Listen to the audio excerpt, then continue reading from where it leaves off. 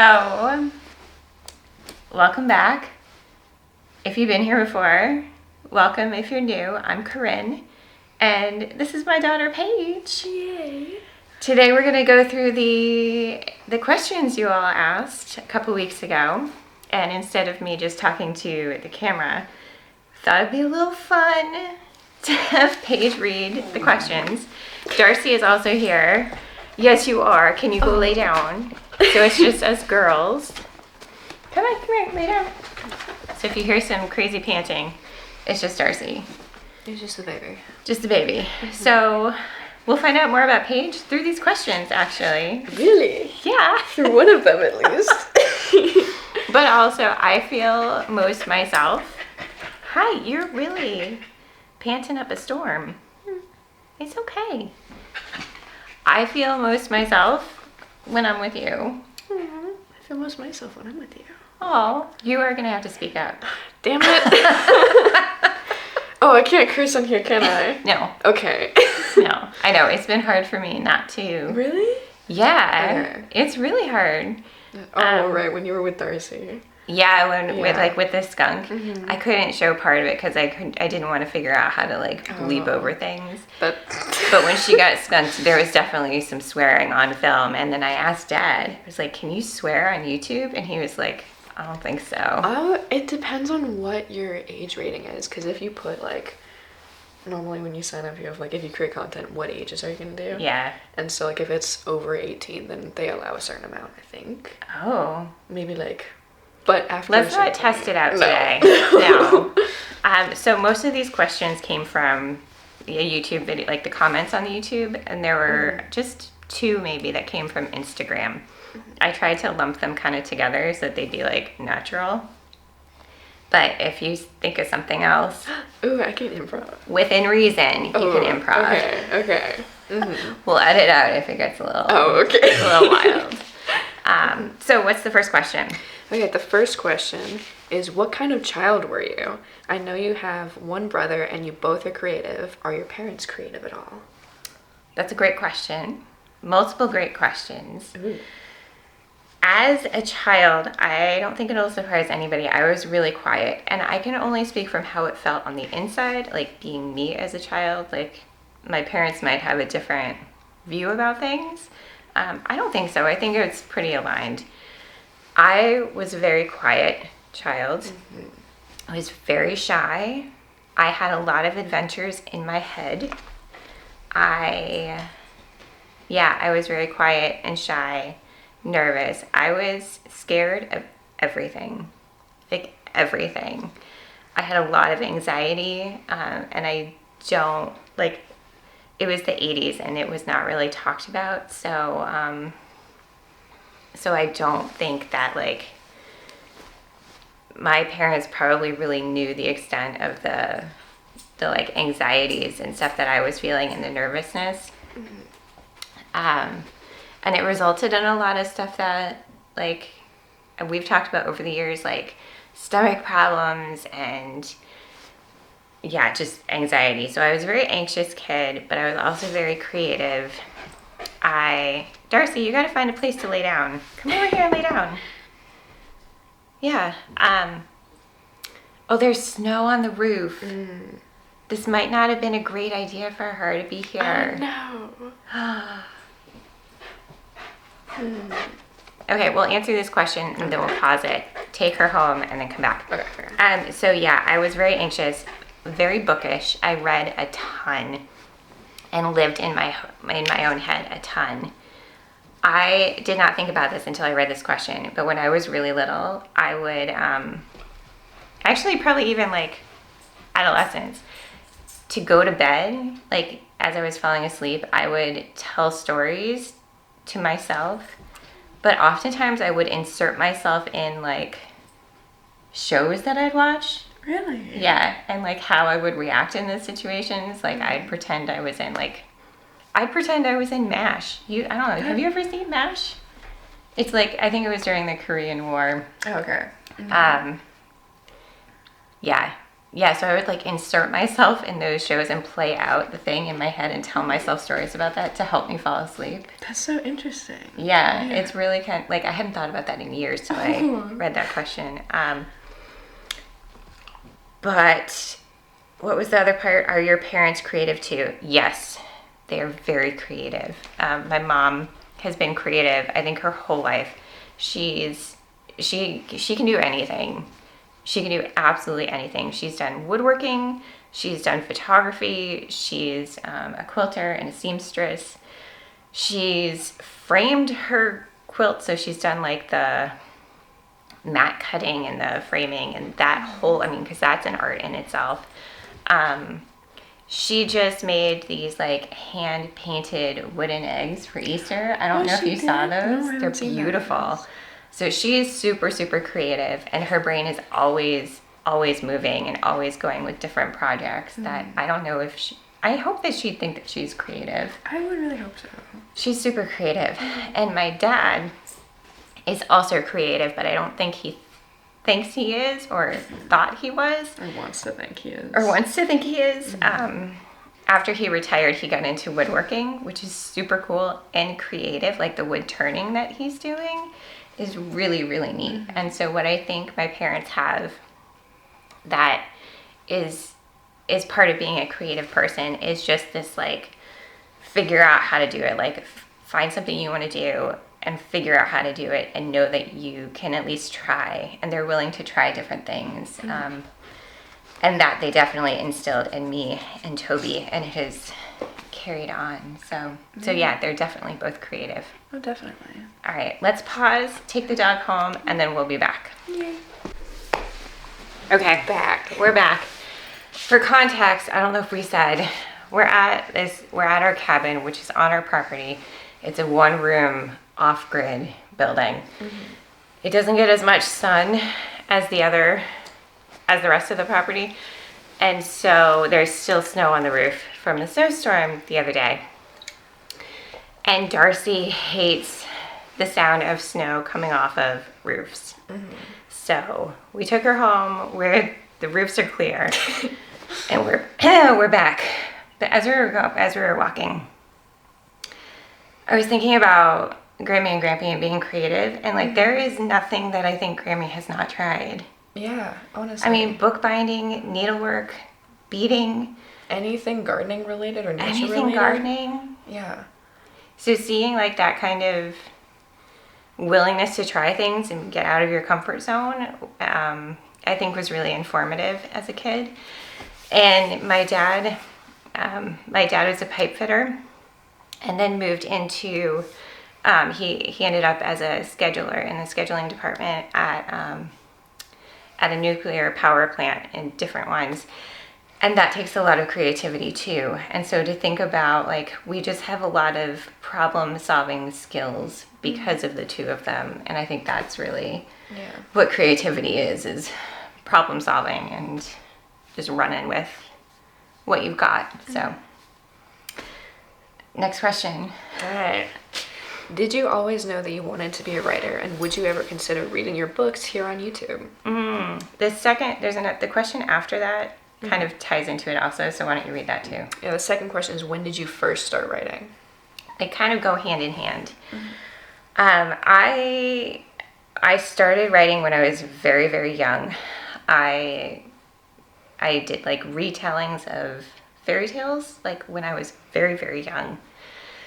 And then I wrote, journals and stories and everything, even through high school, and then kind of stopped in college and lost my footing with writing for a little while, even though I majored in political science and minored in English. So I was writing through college, but not anything for myself or creatively.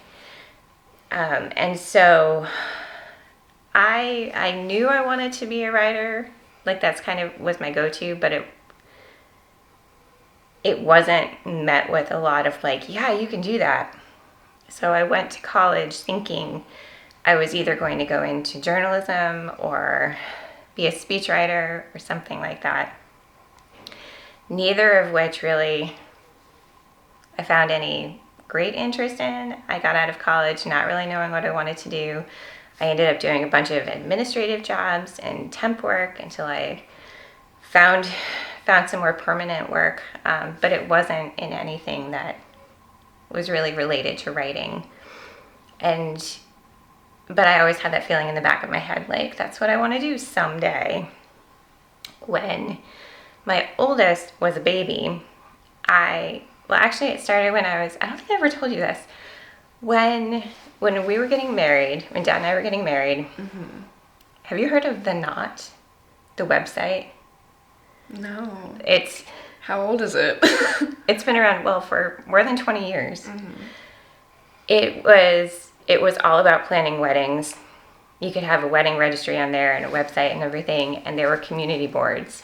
And so I was kind of active reading on the community boards. And then when everybody who got married started having babies, there was a website called The Nest, which was a shoot-off of The Knot. And so there were community boards on there, and we would share about babies and everything, and that's when I was introduced to blogging. Oh, that's how that started? Yeah, I never knew that. because there were people on there who started blogs about their babies and motherhood, and to share with family members what was going on. So I started a blog when Finn was about 6 months old that could update both sets of grandparents, any family that was far away, on what we were doing.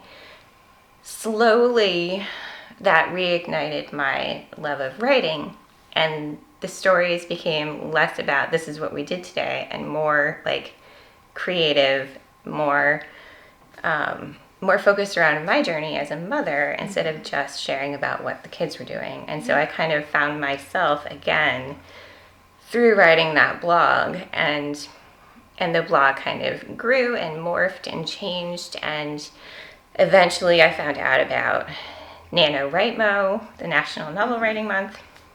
I think that was through, I'd taken an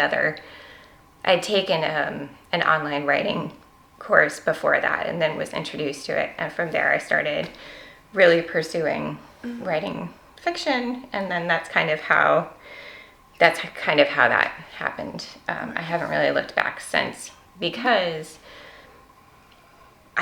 there's nothing else that I feel like I want to do. Like, I know I could be good at a lot of different things. Yeah. But nothing has pulled me back time and time again like writing has. Like, I've tried to give it up, like a bad habit, to the point of like giving away all of my books on writing. Like, I never want to do this again. I have bought and rebought Bird by Bird by Anne Lamott many times, because I'll give it away and be like, I'm never writing again. It hasn't happened for quite a while. But I always come back to it, and that's the thing. I think when you are a writer and when you feel called to writing, you can't let it go. Like, it's just something, it's a part of you. It's a part of who you are and how you see the world and view the world. I would consider and have considered reading snippets from my books. Some people, I'm sure, read their whole books and have them available on YouTube. That's not what I want to do. I might read like the first chapter of Farm Girl. Maybe I'll read the introduction to Paths. But yeah, I'm also not a narrator. So I don't think I could really do it justice, Farm Girl justice, as well as someone else could. But I would consider it. That could be fun. I know. You could read it. I could read it? Yeah.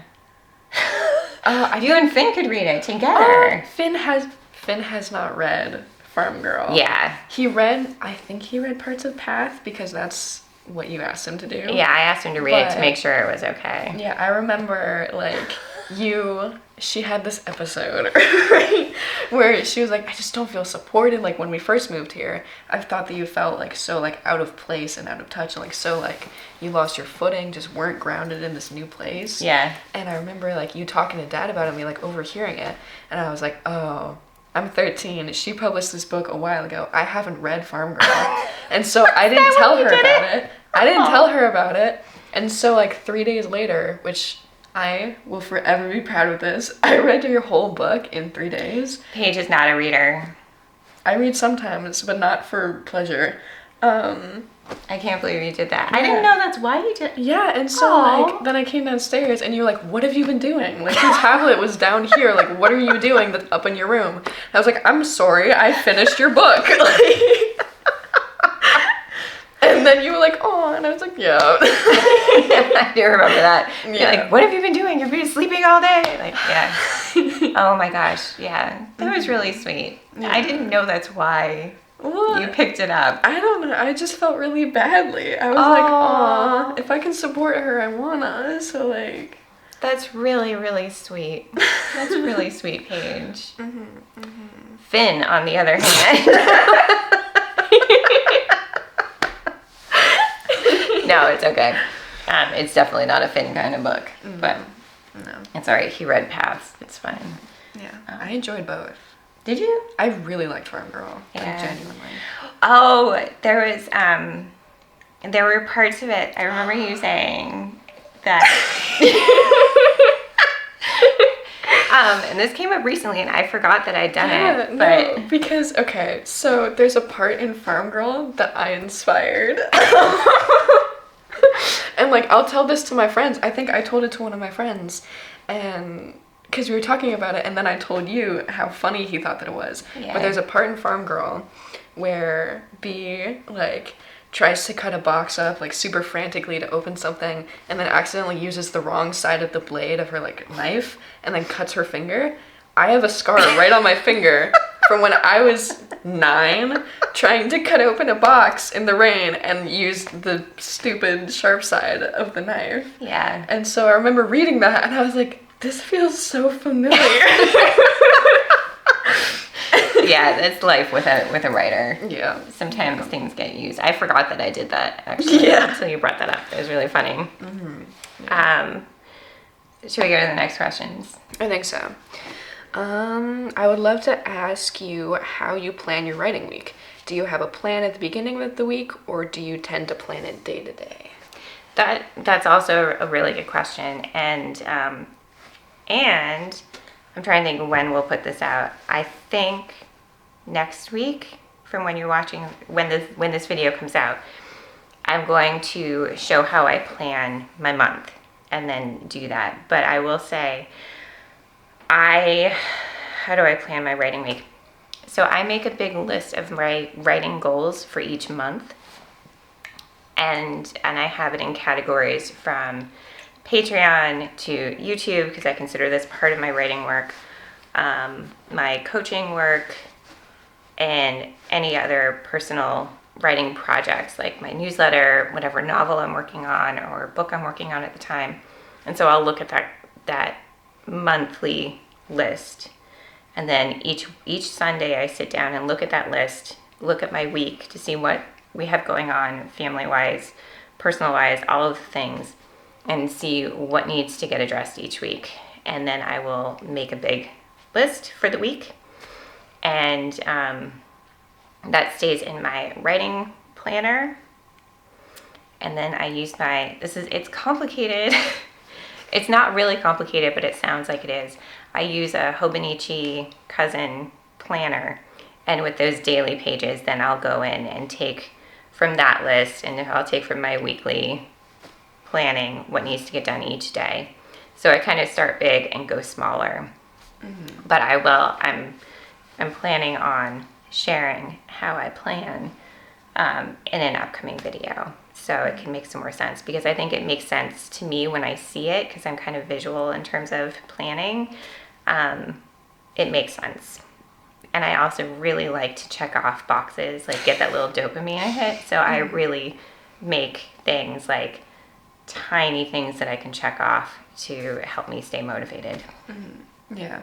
I would say growing up with like you planning everything is like really incredible, because I fully respect and look up to how much you plan everything, because I could never do that. Like, you've gotten me into planners before. I can't stay with them. Like, I think really you just haven't found the right one. That's what everybody says. and the one I showed you one from, I think it was made in Australia. I don't remember the name of it. Oh yeah. But it was very much like kind of like a traveler's notebook where there's like inserts for different things. Right. And I think the person who created it made it specifically for folks with ADHD and that kind of thing. And so I think that's more along the lines of how your brain works, maybe. So it might be worth trying. That could be I fun. still think, you know, you just haven't found the right system for you. And you might not for a while. Like when you get to college and you've got different needs, like I think that's when you'll figure it out. Honestly, yeah, because now I just rely on my memory and my notes app, and that has not been great. Yeah. So. Yeah, so the next year or so we can work more on that. Like next year's senior year of high school. And so we can make that kind of part of our plan to look at, you know, figure out what kind of things work for you so that you go off and feel supported in that way. Definitely. Because a good planning system should make you feel supported and should feel expansive, not limiting. That's fair. That's a good point. Yeah. Yeah. Wonderful. Next question. Whoa. Are you are you a goal setter? 1 year, 5 year, 10 years? If so, please talk to us about it. Okay. So I love a good goal. I really do. That's how my books have been written. That's how I get a lot of stuff done. I have a very hard time looking out farther than a year. And I think it has to do with needing to be really flexible as a homeschool parent as to what your kids and family need. Like my main job has been to support the kids in their learning endeavors. And so I know that things come up. Really big things sometimes. Unexpected, unplanned things. And then you have to kind of throw everything to the side and deal with those things.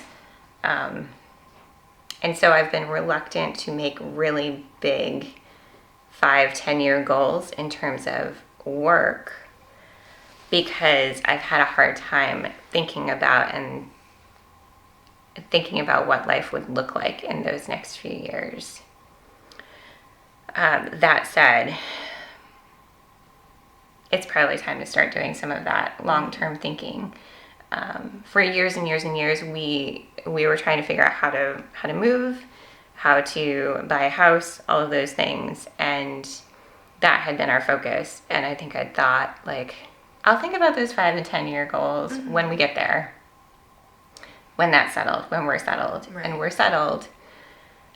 And you know, Finn's off in the fall. You're probably the next year, and even though there might be times where you're living at home, the focus is going to kind of shift. So I'm looking forward to exploring 5 to 10 year goals. I'm not there yet, but I do love goal setting, and I've been very vocal about my goals in my newsletter and on Instagram for years because I have the type of personality that if I tell you I'm going to do something, I'm going to do it. And so having that kind of accountability is really helpful for me. If I just leave it to myself without sharing somewhere, even if it's with, you know, a small writing group or Lucas or you or Finn, something like that, if I'm just left up to myself, I probably wouldn't do much of anything. Oh, yeah. So I do think goals are good, and I think talking about them is really important. I know sometimes it's really scary to do that. If it's a scary goal and you're not sure you're going to be able to do it. But more than likely, if you're honest about where you're at, even if you don't meet the goal, if you talk about it, it's a learning experience, and people are supportive, and you have that support if you didn't make your goal. You know, you have people know what you were doing and can be supportive. And I've never had an instance where I didn't meet a goal. I have had instances where I didn't hit a goal and I shared about that publicly. There has never once been somebody who's like, you should have met that goal. You should have done this. You should have done that. Never. Never, never, never. So I think we're hardest on ourselves. So that's something to think about too in goal setting. But yeah, I'm excited to see what kind of goals I can come up with for the next 5 to 10 years. Yeah. Mm. Yeah. Nice. Next. Well, what about you? Do you have goals? I've always had like this rough plan of how I want my life to go and how I like past 18, Yeah. or past 17 at least, you know, go to college that first year, get that done, then move on. But like I've always had a lot of different interests and careers that I could explore. So setting goals for those is difficult. But like within the next year, I'll try and set some goals definitely. But yeah, I agree. Like looking further than a year is kind of difficult for me as well. Yeah. Yeah, and I think, you know, there's so much just unexpected, like where you are, but also the world feels very just unstable. And so I think you growing up with COVID, you know, realizing that you have to be flexible in some ways for those things, I don't know how that had an impact on things too. Yeah. I don't know. It'll be interesting. It'll be very interesting. Yeah. Right. I mean, who knows? What's next? So, Mom. Yes. I've been wondering this too. So, how many children do you have, and what are their ages? Well, I've got Finn, Really? who is 18, Wow. and I've got Paige, who's 16. Whoa. And I think that's it. That's all. I'm pretty sure. That's it. Yeah. You wanted more at some point, but then we didn't sleep. Yeah, I either wanted 2 or 4 kids because I really like even numbers. And Finn came along, did not sleep. We were super sleep deprived. And then 21 months later, Paige came along, also did not sleep. And the conversation came up, like, do we want to have more children? And Dad was like, no, they don't sleep. And I was like, oh, but 4. And he was like, no. And I was like, all right, I understand. I am very, very tired. And when I was pregnant with you, and he did bring this up, I told him Paige was born in August, so I was heavily pregnant through the summer. And I remember, and chasing around a toddler. And I remember telling Dad, Oh, yeah. if I ever even remotely think about having another baby, remind me how uncomfortable I am. Remind me how much I don't want to do this again. And so he did. He reminded me. But we also didn't have, like, our life situation did not really allow for 4 kids. And I'm pleased with our decision. Yeah. I am. I'm pleased. 2 kids is perfect for us. Did you ever feel like, oh, I want another sibling? No.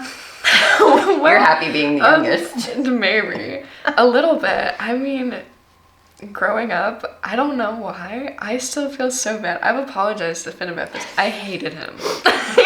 You're putting this out on the internet for the whole world to know. I hated him. No. I didn't realize. Well, no, because, like, I don't know what was going on, but for, like, a period of, like, childhood, it would be, like, smooth. Like, we were good. We were vibing with each other from, like, 0 to, I don't know, when I was maybe 7.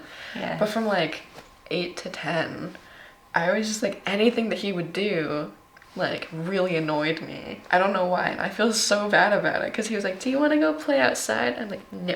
Do you think that's why he doesn't ask you to do stuff now? Maybe. Sorry, Finn. We're sorry, but that's right. I didn't realize that there was this, like, deep.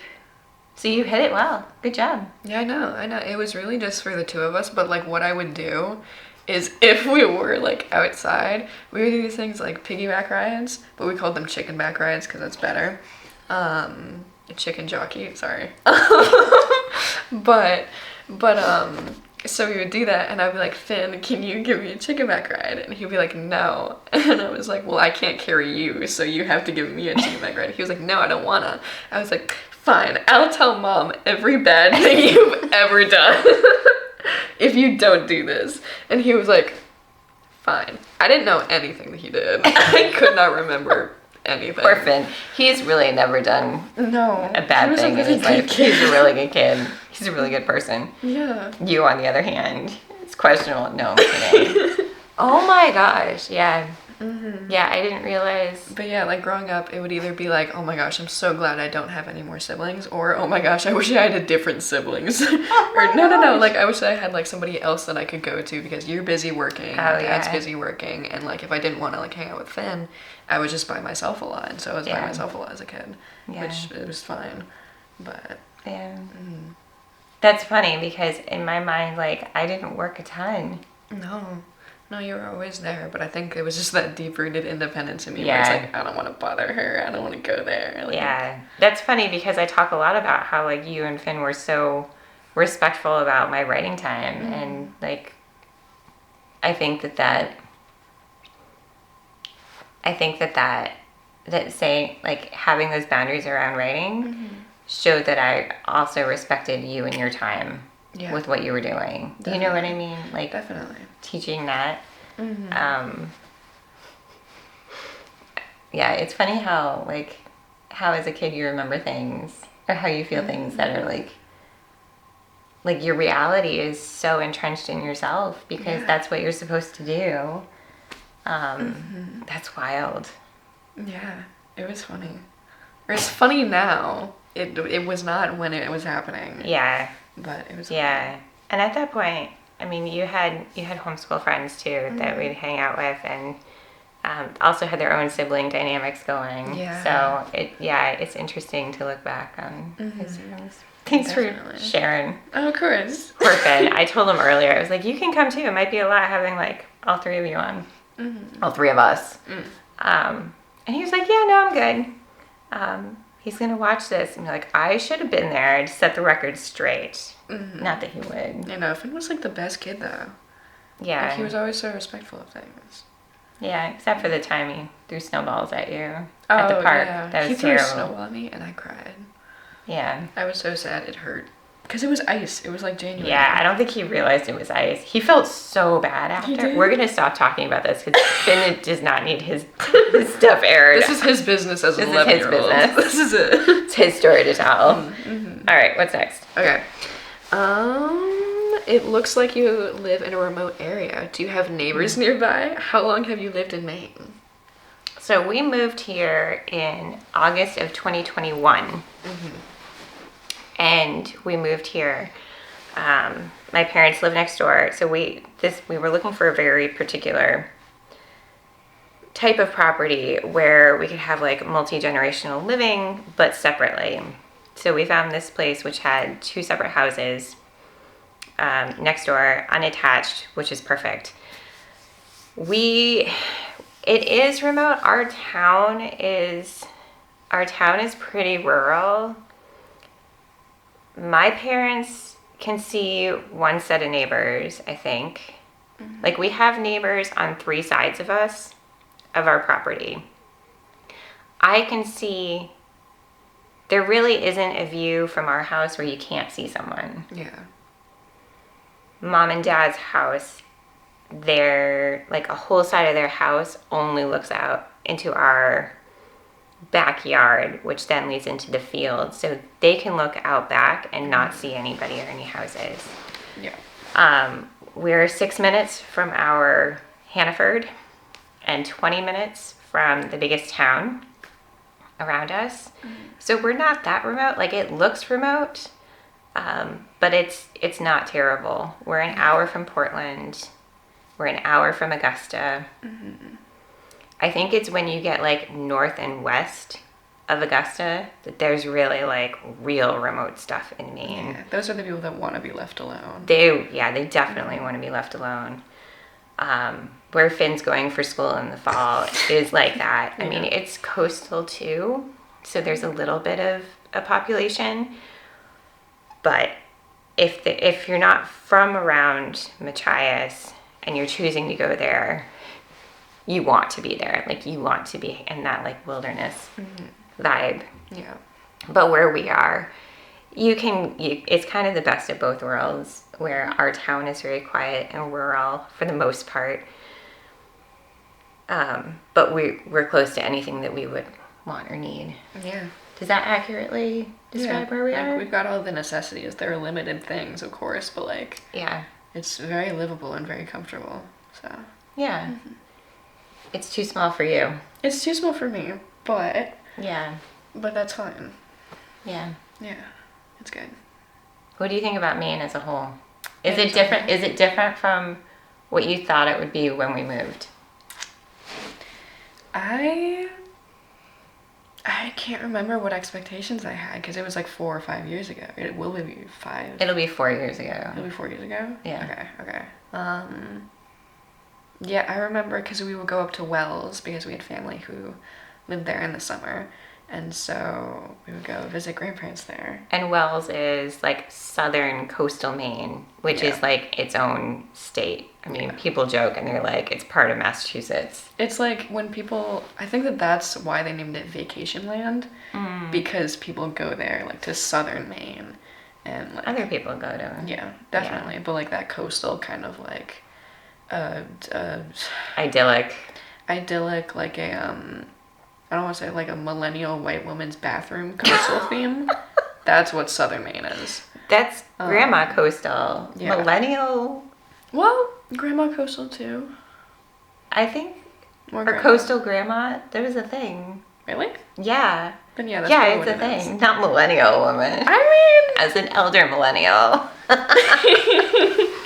I take offense. mean, but like we would always grow up and go there, and it would be so Yeah. nice. But we didn't really go there in the winter a ton unless it was like for Prelude or for any like Christmas event kind of thing. Yeah. And so we didn't go much more north or central than that, and so I didn't know that it would be so interesting. Yeah. But I think Maine as a whole is it's a lot more divided than people think it is. Yeah. Because like in any sense, there's northern, central, and southern, and I was explaining it to one of my friends how they're all very different. The people there are very different. Yeah. And there's not one generalization of the whole state. But like I would say though, that whole like, and we've heard people talk about it, or I've heard people talk about it, and I think it tracks the idea of like West Coast versus East Coast, like nice versus kind thing. Like people on West Coast are like just super nice. People on the East Coast, particularly in Maine, if you need help, they'll be they there. will be there. They'll They will show help up. you. They will call you a dumb bleepity bleep.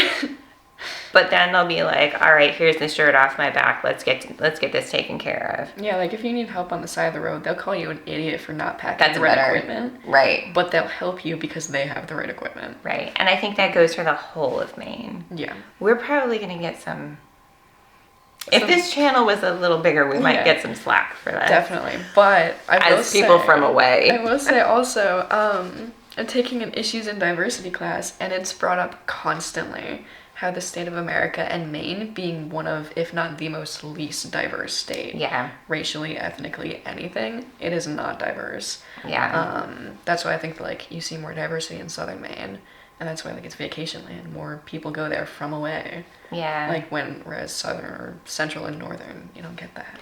There's also pockets of refugees throughout Maine for various reasons. Oh, yeah. Like Lewiston. Lewiston has a definitely. huge refugee population. It's interesting. Maine is an interesting place. Yeah, for real. We should move on to... Okay. Oh, there's only one more question. Wow. This one's kind of cute. What fictional character do you relate or feel a kinship with the most? All right. If we could put all of L.M. Montgomery's characters together, that's who I feel a kinship towards, because there is part of me, you know about Anne. Anne of Green Gables. Well, there's another character that she created called Emily of New Moon. She's a little bit darker, like a little moodier than Anne. And so I love, like, I definitely was Anne in some ways in my head as a kid, like there would be kids playing around me and I would be sitting on a swing set, like off in my own world in my imagination about things, and then I definitely relate to Anne, but I also relate to Emily of New Moon's like moodiness and kind of broodiness over things. And then in her book, The Blue Castle, which I've talked about in another video, her main character is called Valency. Ooh. And it's a hysterical book. I think you would really enjoy it.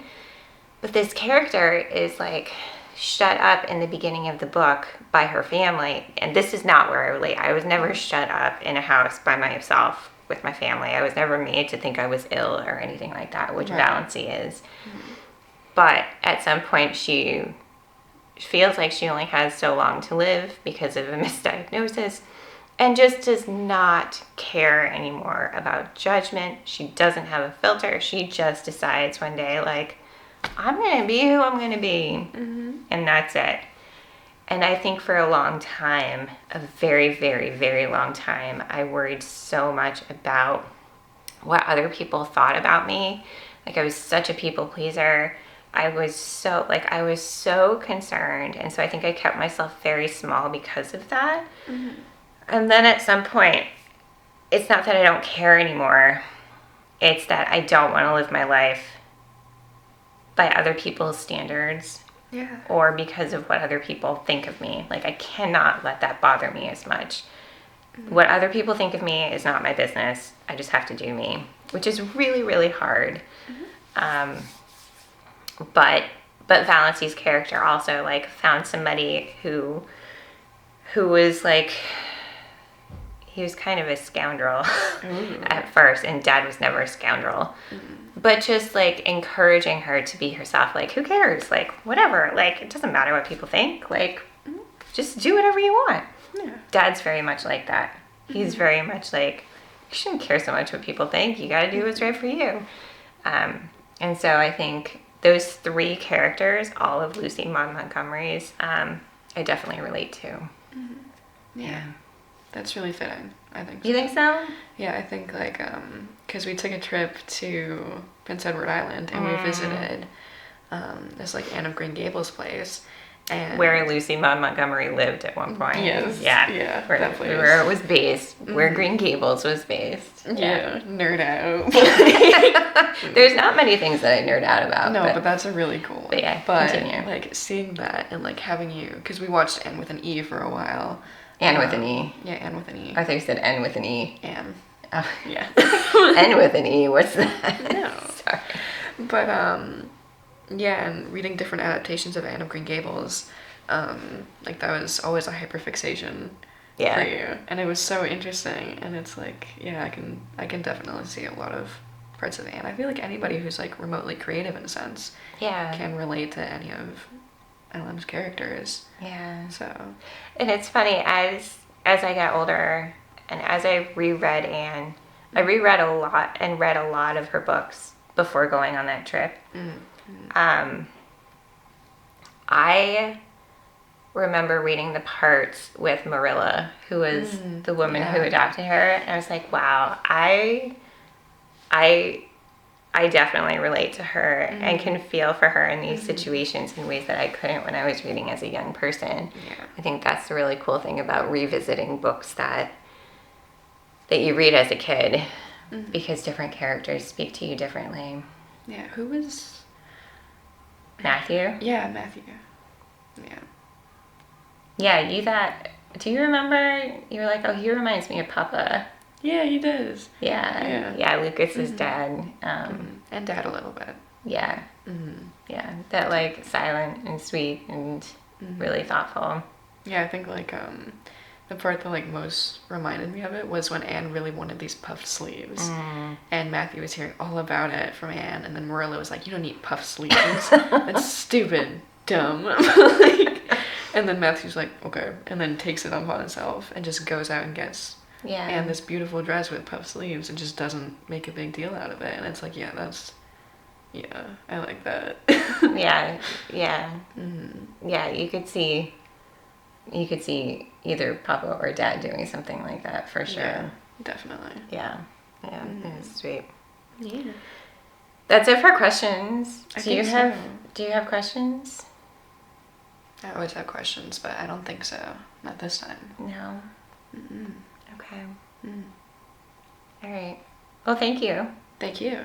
Thanks for asking the questions and being on with us. Yay. Super fun. I hope you enjoyed, you the viewer.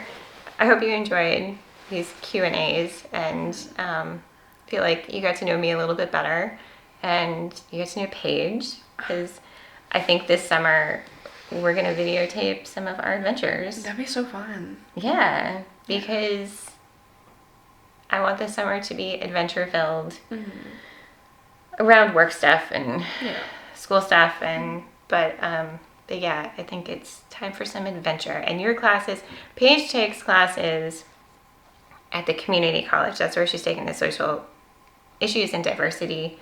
And what's the other one? The civil liberties, which is a criminal justice thing.